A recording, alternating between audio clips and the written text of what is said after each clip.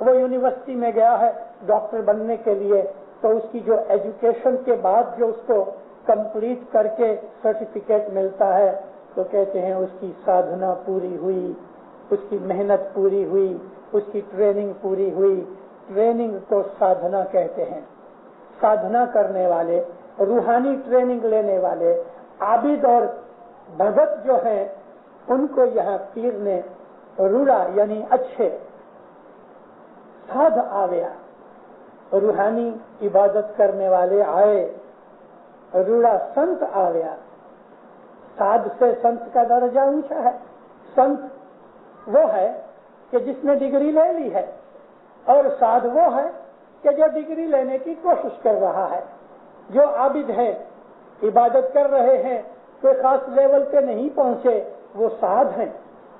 اور جنہوں نے عبادت کر کے کوئی سدھی حاصل کی ہے تو دیندارو وہ سنت ہیں۔ پیروں نے جماعت کے لوگوں کو سادھ بھی کہا، سنت بھی کہا، کیونکہ جماعت کے اندر عابد بھی ہیں، مولا کے عاشق بھی ہیں، سدھی پانے والے ایسے بھی ہیں۔ تو روڑا سادھ آ گیا، روڑا سنت آ گیا اپنے گھر، ہمارے گھر میں پربھو جی پدھاریا۔ پربھو کہتے ہیں رب کو، عربی زبان کا جو رب ہے، رب کہتے ہیں پالنہار، اور پربھو کا مطلب پالنہار۔ جیسا ماں ہے وہ بھی پربھو ہے، ماں چھوٹی رب ہے، ماں پالتی ہے، پرورش کرتی ہے، کپڑے پہننا سکھاتی ہے، اس کو ریت بھات سکھاتی ہے، اپنے بدن کو صاف کرنا سکھاتی ہے۔ یہ جو ٹریننگ ہے یہ رب کی ٹریننگ ہے۔ سب سے اعلیٰ جو ہے وہ رب العالمین ہے، رب مطلق ہے، لیکن ماں بھی رب ہے۔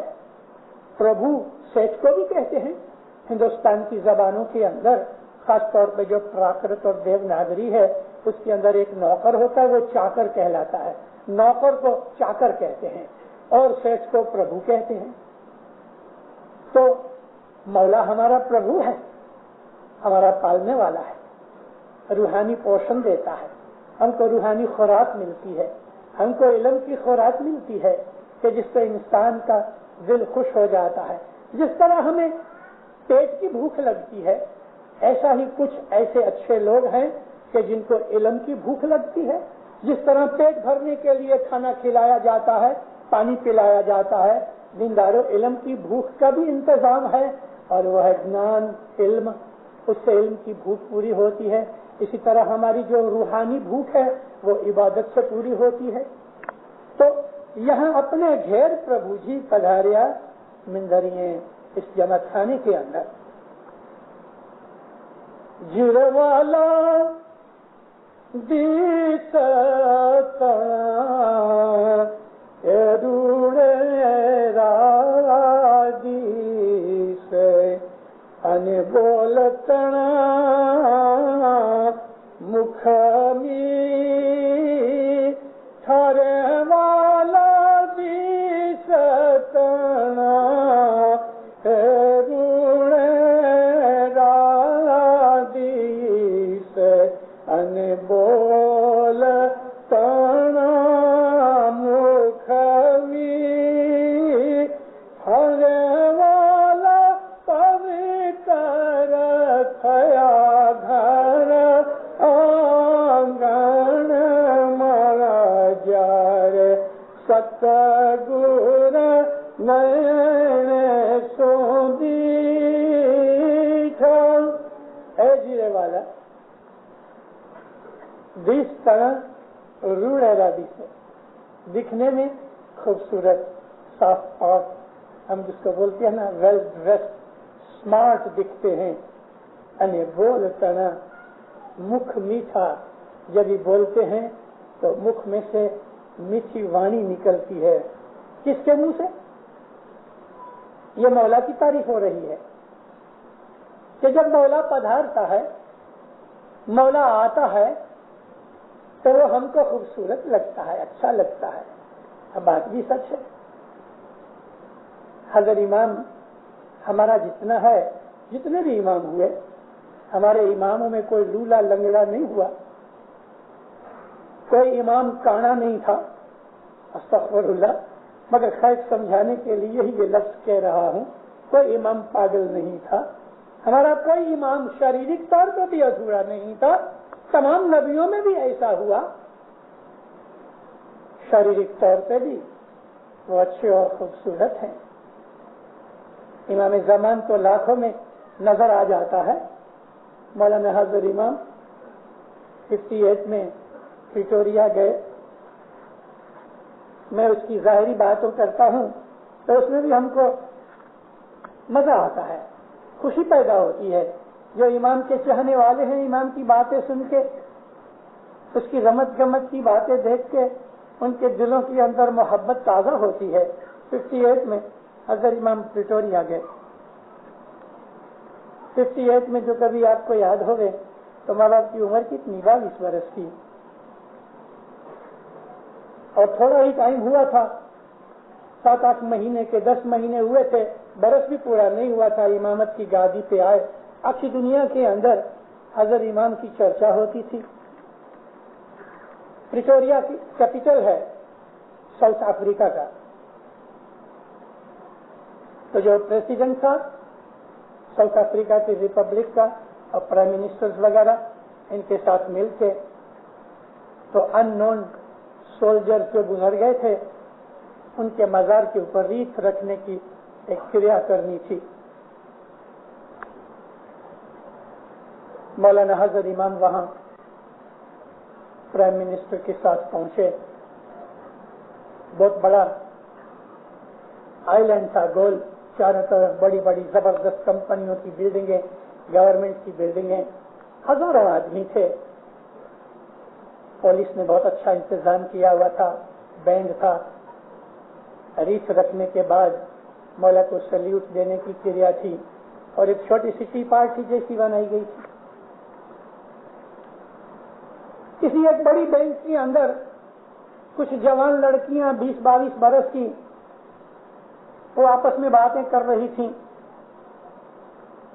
تو ایک لڑکی کہتی ہے کہ اگر تم لوگ میرے ساتھ شرط باندھو تو میں آغا خان کو کس کروں۔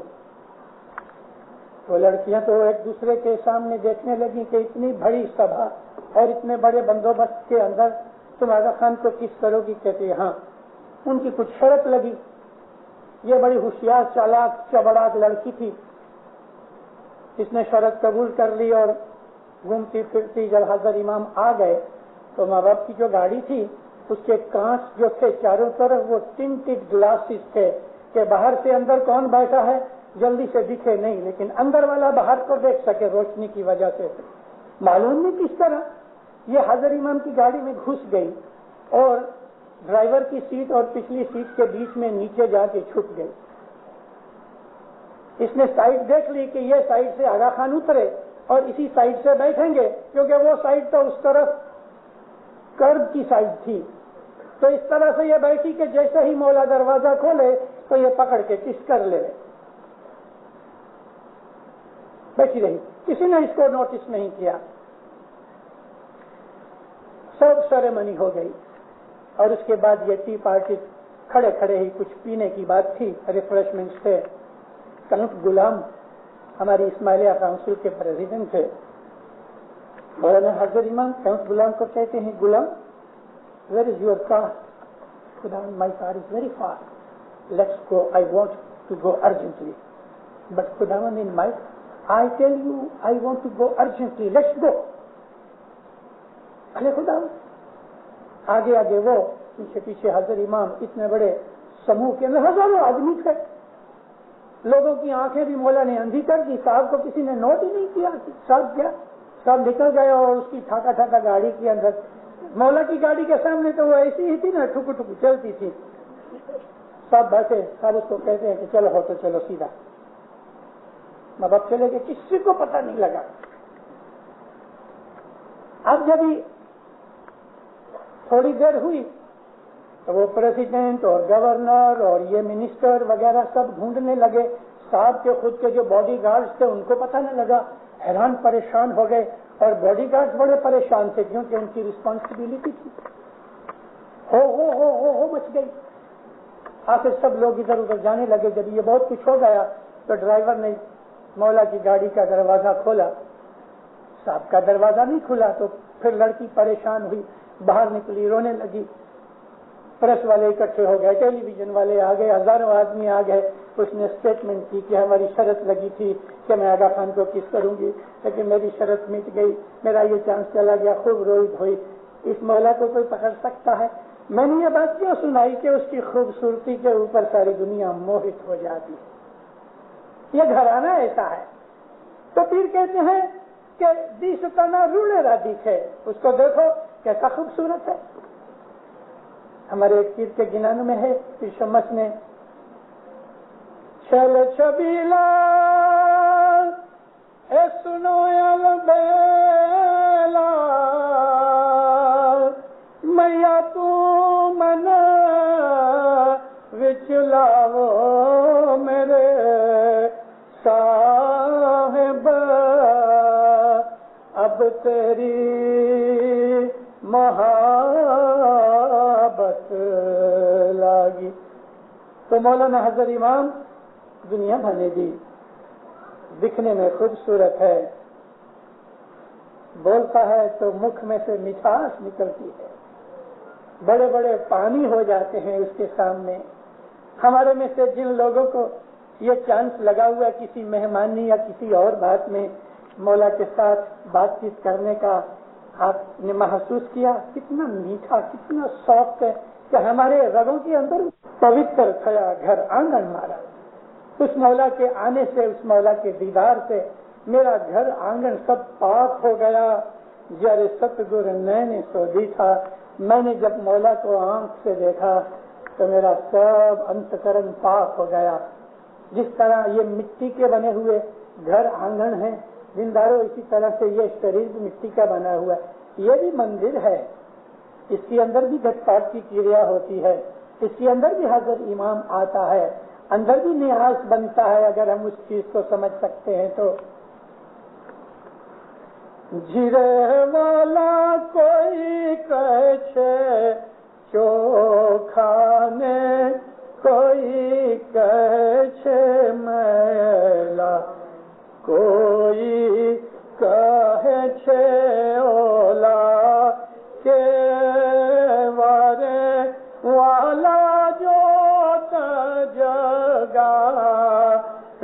نے جم لو جی بیٹھا ہوں تو جاؤں بالہاری گر نرت نیرے والا جمندر رڑی آمن دی سے۔ اے والا، اے پیارے بھائیوں، وہ مولا جب وہ گھومتا ہے دنیا میں انسانی روپ میں، کوئی تو کہتے ہیں کہ اس کا جو رستہ ہے بڑا چوکھا پاک ہے اور وہ خود بھی چوکھا اور پاک پوتر ہے، کوئی کہتے ہیں نہیں وہ میلا ہے۔ یہاں میلا سے مراد جس میں کچھ خامی ہوئے، یہ تو ایک معمولی انسان ہے، سوچنے والے یہ بھی سوچتے ہیں یہ میلا پن ہوا۔ امام کے اوپر ٹیکا کرنے والے بھی بہت دنیا کے اندر جاگتے ہیں، اس کی کرٹیسائز بھی کرنے والے ہوتے ہیں، اس کی بندگی کرنے والے بھی ہوتے ہیں، ہر طرح کے لوگ ہوتے ہیں۔ تو کوئی یہ کہتا ہے کہ بھلا وہ کیسا ہے، اولا کیوا، اس کے لیے سوال کرتے ہیں۔ امام سلطان محمد شاہ صلوات اللہ علیہ فرمایا کرتے تھے، اور خاص طور پہ ایک ایسا موقع تھا، میری وعظوں میں 2-3 دفعہ یہ مثال آ چکی ہے۔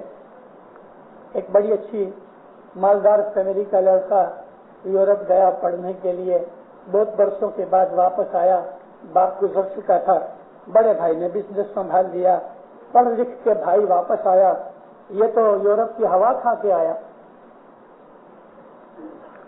بیرسٹر بن کے آیا، ریشنل مائنڈ ہو گیا، اور اس درمیان مذہب کی تعلیم ملی نہیں۔ وہ زمانے کے اندر جماعت خانہ نہیں تھا لندن میں. گھر آیا تو بڑا بھائی، ماں، بھابھی، بچے روز جماعت خانے جانے والے، یالی یالی کرنے والے، عابد اور بھگت تھے. اس کے خیالات اور ان کے خیالات میں بڑا فرق تھا. روز بیٹھ کے باتیں ہوتی تھیں. اب اس کو سمجھ نہ آ رہے کہ وہ تو محبت کے اندر اس کو خداوند عالمین مانے، اور یہ ہنس کے کہے تم کہے تو خدا کی بے ادبی اور مستی کرتے ہو. میں نے دیکھا ہے آغا خان صاحب ادھر رچ ہوٹل میں جایا کرتے تھے، ڈانس میں جاتے تھے. مونٹے کارلو ہے، سارا مونٹے کارلو جگار خانوں سے بھرا ہوا ہے، اور سب ادھر بھی جاتے تھے. اس کے منہ سے کبھی حاضر امام کا لفظ نہ نکلے. ماں دکھی ہو گئے، بھائی کا دل بھی چلے کہ یہ اتنا پڑھ لکھ کے آیا، ایمان خراب ہو گیا. لیکن اس گھر میں رہتا تھا، چھپ چھپ کے نیاز اس کو پلائی جاوے. بھلے چھپ کے تو چھپ کے، نیاز آخر پوتر پانی ہے، نیاز میں بڑی قوت ہے. آج نیاز ہی کا تو سبجیکٹ ہے. دینداروں، ایسے لوگ بھی دیکھے ہیں کہ نیاز پینے سے بھوت اور جن دور ہو گئے، بہت سی بیماریاں بھی دور ہوتی ہیں. اعتقاد ہونا چاہیے. اور اگر اس لڑکے کو اس کی ماں نے چھپ چھپ کے کبھی نیاز پلایا، اس کو معلوم نہیں کہ میں نیاز پیتا ہوں، لیکن ماں کا ایمان اس کے اندر کام کر رہا ہے، ماں کا وشواس. آہستہ آہستہ آہستہ کچھ تھوڑا بہت فرق پڑا. دوسرے برس مولا کی پدرامنی ہوئی.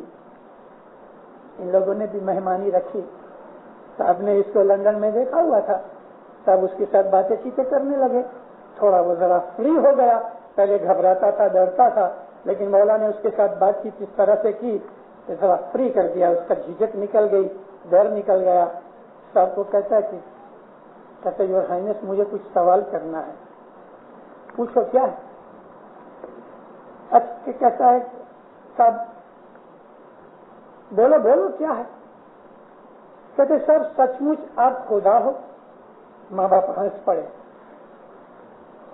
تم کیا مانتے ہو؟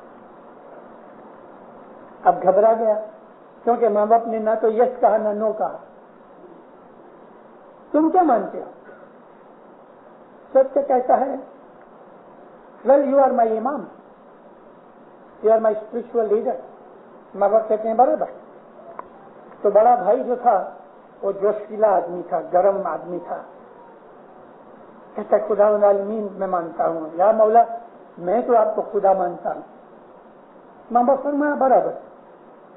اس کو کہا تم برابر ہے، اس کو کہا تم برابر ہو. تو یہ اور بھی پزل ہو گیا کہ بات کیا بنی. بہت سوچنے لگا. ماں باپ اس کی مجھن سمجھ گئے. فرمایا دیکھو یہ تمہارا کون ہے؟ کہتے میرا بھائی ہے. یہ کون ہے؟ میری ماں ہے. یہ میری بھابھی ہے. یہ میرے بھتیجے ہیں. تو تم تو ایک ہو. تم اس کا بھائی ہے تو اس کا بھائی کیوں نہیں؟ تو بیٹا ہے اس کا. کہتا ہمارا رشتہ ایسا ہے. ماں باپ نے فرمایا ایگزیکٹلی یہی بات ہے. میرے ساتھ تم جس طریقے کا ریلیشن شپ پیدا کرو، تمہارے لیے میں ایسا ہوں. اگر تم مجھ کو ایک بڑا آدمی سمجھو تو تمہارا میرا ریلیشن اتنا ہی ہے کہ تمہارے لیے میں بڑا آدمی ہوں. لیکن تم کبھی مجھ کو اپنا پیر مرشد مانتے ہو تو میں تمہارے لیے پیر مرشد ہوں. کبھی تم مجھے امام مانتے ہو تو میں تمہارے لیے امام ہوں. واللہ جو مجھ کو خدا مانتا ہے میں اس کا خدا ہوں. تمہارے اندر میرے ساتھ ریلیشن شپ کرنے کے لیے تمہاری طاقت ہے، ایسا ہی میں تمہارے ساتھ سلوک کرتا ہوں اور کچھ نہیں. میرے ریلیشن شپ کے اوپر ہے اور وہ تمہارے اوپر آدھار رکھتا ہے، میرے اوپر نہیں. یہ بھی تارا دل میں تیری صاحب نواسا. مولا کے ساتھ آپ جس قسم کا چاہو ریلیشن شپ پیدا کرو، ہمارے اوپر ہے آدھار. وہ تو لمٹ لیس ہے، وہ تو اپار ہے، اس کی کوئی لمٹ نہیں. ہم اس کے ساتھ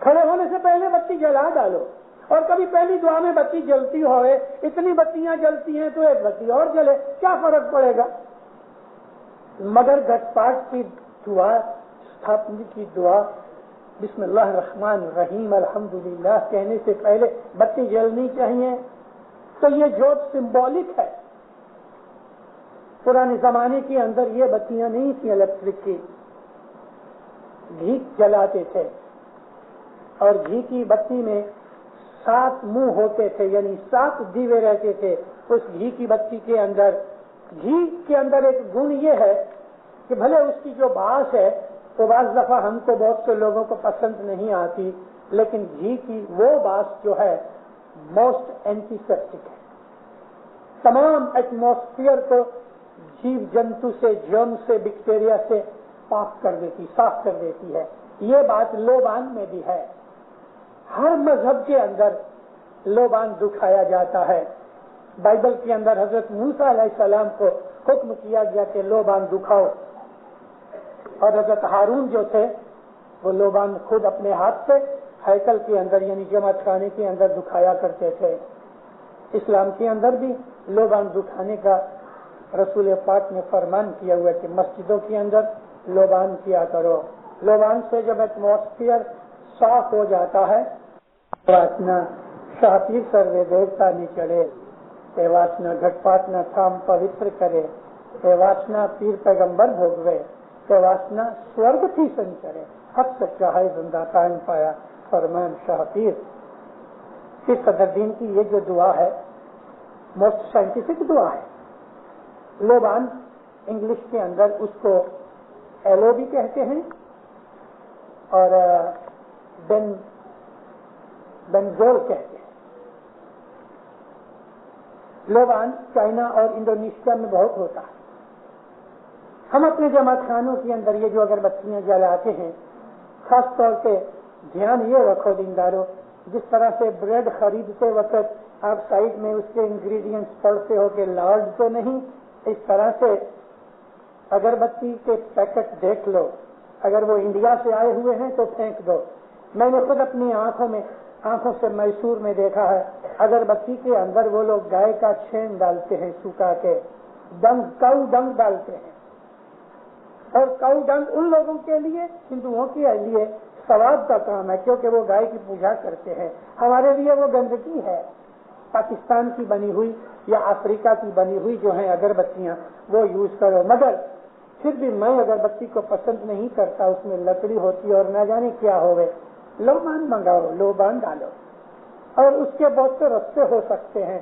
مندروں مسجدوں کے اندر جاؤ، یورپ امریکہ کے اندر، شکاگو کے اندر بہت بڑا مندر ہے ان لوگوں کا، بہائی لوگوں کا۔ تو میں مندر دیکھنے گیا، میں حیران ہو گیا، کیا ان لوگوں نے اندر قدم رکھو اور خوشبو سے انسان کا دماغ تر ہو جائے۔ لوبان جل رہا ہے 24 گھنٹے۔ پارسی لوگوں کی اگیاری کے اندر سینڈل وڈ جلتی رہتی ہے۔ ہم اتنے خرچے کرتے ہیں، لوبان تو مہنگی چیز نہیں۔ ہمارے جماعت خانے میں لوبان ہونے چاہیے۔ تو یہ جو امام زمان کا جو گھر ہے مومنوں، اس گھر کے اندر جو روحانیاں آتی ہیں ان کا یہ سواگت ہوتا ہے۔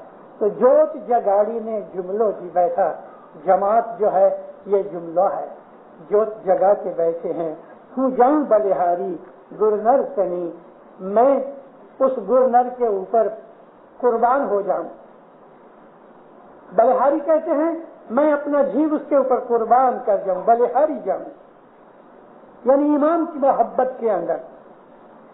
جیرے والا سرمان سنیو تے میں نین سو بیٹھا،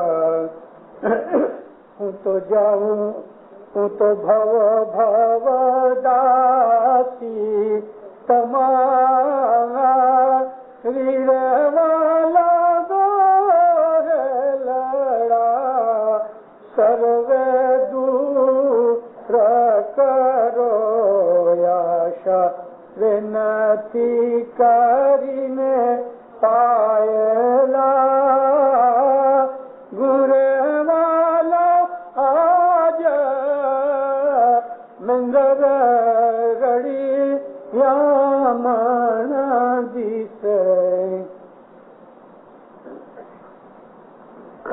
پیارے بھائیوں، میں نے جیسا سنا کانوں سے مولا ایسا ہے، مولا ایسا پیارا ہے، مولا ایسا شکتیمان ہے، میں نے اس کی تعریفیں سن سن کے دل کے اندر میں نے ایک حیولہ بنایا تھا، ایک پکچر بنائی تھی. جب میں نے اس کو آنکھ سے دیکھا تو میرا دل خوش ہو گیا، کیونکہ جیسا میں نے سنا تھا ایسا ہی پایا، بلکہ اس سے بھی زیادہ. حضرت موسیٰ علیہ السلام ایک دفعہ نکلے تو دیکھا کہ ایک درخت کے نیچے گائیں بکریاں چرانے والا ایک بھڑوار کا شیپرڈ لڑکا بیٹھا ہے، اور وہ آنکھیں بند کر کے ایسا مزے سے کہہ رہا ہے. بات کیا بنی؟ تھوڑے دن پہلے موسیٰ نبی کی آواز سننے کے لیے باہر کھڑا تھا، اور موسیٰ نبی خدا تعالیٰ کی تعریف کر رہے تھے، خدا کا بخان کر رہے تھے. اس لڑکا کو کوئی آدھیاتمک جنان تو تھا نہیں، مگر خدا کی تعریف سن کے اس کے دل میں تو ایسا پیدا ہوا کہ واللہ خدا تعالیٰ کو بہت اچھا خوبصورت انسان ہے وہ ہے. تو یہ سوچ کے اس کے خیالوں میں مست رہنے لگا. کچھ دنوں کے بعد موسیٰ نبی جب نزدیک سے گزرے تو آنکھیں بند تھیں. کہتا ہے خدا تو میرے پاس آ، میں تیرے پاؤں دھلاؤں. اس زمانے میں لوگ پاؤں سے سفر کرتے تھے، دھول مٹی پڑ جاتی تھی، تو جو ہوش ہوتے تھے پہلے پاؤں دھلاتے تھے. پھر میں تیرا سر دھلاؤں، سر میں مٹی پڑ جاتی ہے. پھر میں تیرے بالوں میں تیل ڈال کے کنگھی کروں، بال بنا دوں، اور پھر تجھ کو اپنی بکریوں کا دودھ پلاؤں. موسیٰ نبی ہنس پڑے. جب زور سے ہنسے اس کی آنکھ کھلی، کھڑا ہو کے سلام کیا. ارے مورخ کیا کہہ رہا تھا؟ جیسے میں خدا کو بلا رہا تھا. بیوقوف، خدا تھوڑا کوئی انسان ہے جیسا تم اس کو سمجھ رہا ہے. وہ تیرے پاس آئے گا، تم اس کے پاؤں دھلائے گا، تم اس کا منہ دھلائے گا، تو اس کا بال دھلائے گا، اس میں تو تیل ڈالے گا، اس کے بال بنا دے گا، دودھ پلائے گا. خدا ایسا نہیں ہے. اس بیچارے کا دل ٹوٹ گیا. اس کو ایسا ہوا کہ میری بڑی بھول ہو گئی. موسیٰ نبی تو چلے گئے. جب طور پہاڑ پہ گئے اللہ کو سلام کیا تو جواب نہ ملے. ڈر گئے. خدایا میری کو بھول ہوئی. ہاں موسیٰ، تم نے ہمارے ایک دوست کا دل توڑ دیا. یا اللہ وہ تو ایسا کہہ رہا تھا. ارے موسیٰ تجھے معلوم نہیں، تو جب ہی چلا گیا تو میں اس کے پاس گیا تھا. اس نے میرے پاؤں دھلائے، میرا ہاتھ منہ دھلائے، میرے بال دھلائے، بالوں میں تیل ڈالا، کنگھی کی. موسیٰ میں اس کی بکریوں کا دودھ بھی پی کے آیا. آپ کسی شریعتی آدمی کے سامنے یہ بات کرو تو وہ یہ کہے گا ایسا کبھی بن سکتا ہے؟ کیونکہ وہ خدا کو نہیں جانتا اس لیے کہتا ہے ایسا بن سکتا ہے. کیا ہم خدا کو سرو شکتیمان مانتے ہیں؟ کیا ہمارے ایمان میں یہ بات ہے کہ خدا جو چاہے سو کر سکے؟ اگر وہ قادر مطلق ہے، جو چاہے سو کر سکتا ہے، تو کیا یہ نہیں کر سکتا؟ ہم اپنے ایمان اور اپنی کمزوری کے حساب سے خدا کو باندھ لیتے ہیں. خدا ایسا نہیں کر سکتا. بھی کیوں نہیں کر سکتا؟ کیا تیرے کو پوچھ کے کرے گا؟ وہ تو قادر مطلق ہے، اس کو جو کرنا ہے کر سکتا ہے. کیا وہ انسانی لباس میں نہیں آ سکتا؟ اگر وہ آنا چاہے تو نہیں آ سکتا؟ آ سکتا. وہ جو چاہے سو کر سکتا. تو دینداروں، یہ جو چیزیں ہیں، روحانی چیزیں، باطنی چیزیں، پیار کی چیزیں، محبت کی چیزیں، وہ عام انسانوں کی سمجھ میں نہیں آتی.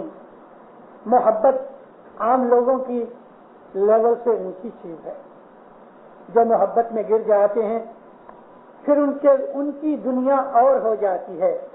اس کی باتوں میں فرق ہوتا ہے، اس کے سوچنے میں فرق ہوتا ہے، اس کی ہر چیز میں فرق ہوتا ہے جو لوگوں کی نظر میں نہیں آتا. تو پیروں کا کہنا جو ہے تو وہ یہ ہے کہ میں نے جیسا سنا تھا سچ مچ اس کو میں نے ایسا ہی پایا. سرو نے سنیا کہ میں نے سو دیکھا، آنکھ سے دیکھا. ہوں تو بھو بھو داسی تمہاری. یا مولا میں تو تمام زندگیوں بھو بھو کی تیری داسی ہوں. تو میرا مالک ہے. دوہے لڑا سروے دور کرو، اب رحمت کر کے میرے تمام دکھوں کے دور کر دو.